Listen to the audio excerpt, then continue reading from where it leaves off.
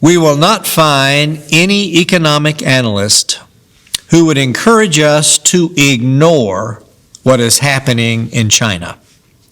This means that China is a factor in business decisions, and we ignore this at our own peril. Here's what we know. The combination of bilateral trade, investment, and supply chain integration has supported economic growth, customer choice, and job creation. In 2019, exports to China supported 1.2 million jobs in the U.S., and as of 2018, 197,000 people in the U.S. were directly employed by Chinese multinational firms.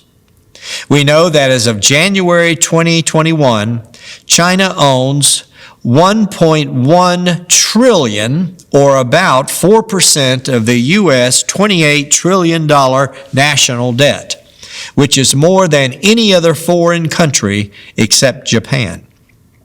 In 2020, China was the largest U.S. goods and trading partner, with total trade of $659 billion.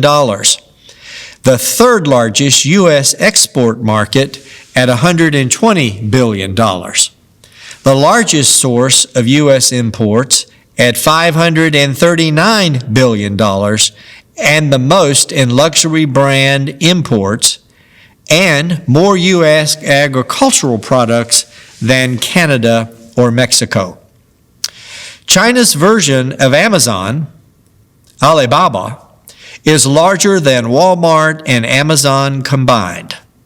China has nearly as many billionaires as the United States. Its economy grew 954% in the last 5 decades. Its average household income is up 400% since 2013. China declared in 2019 that it would become the AI center of the world, and it is well on its way to achieving that goal.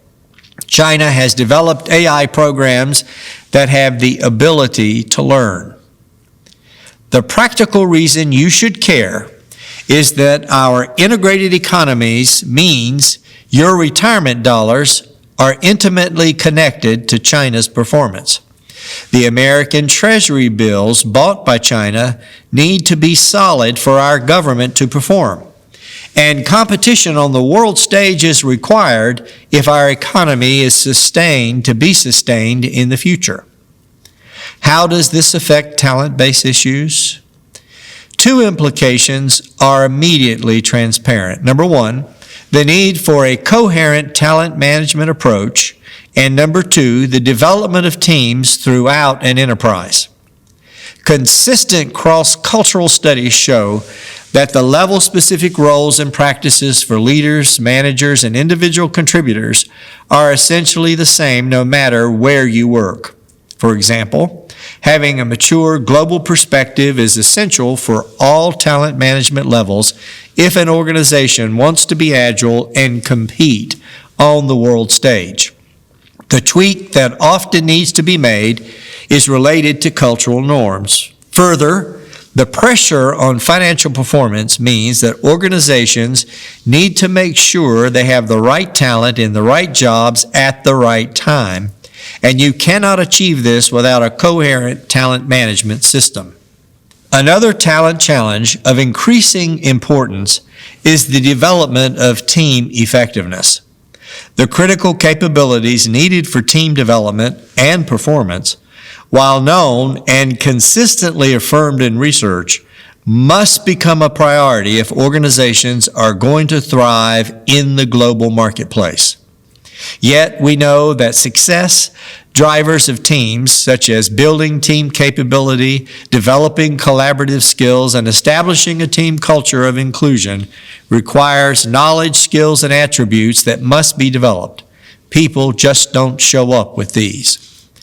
We know that the top 15% of the Chinese population in terms of IQ, learning agility, or potential is larger than the population of most countries and nearly the entire size of the U.S. To compete, we must use the collective capacities and creative energies which teams provide. The China factor is part of the business environment, and whether consciously discussed or addressed in any intentional way, the smart money is on recognizing the power of this factor and accelerating the focus on the right talent at the right time.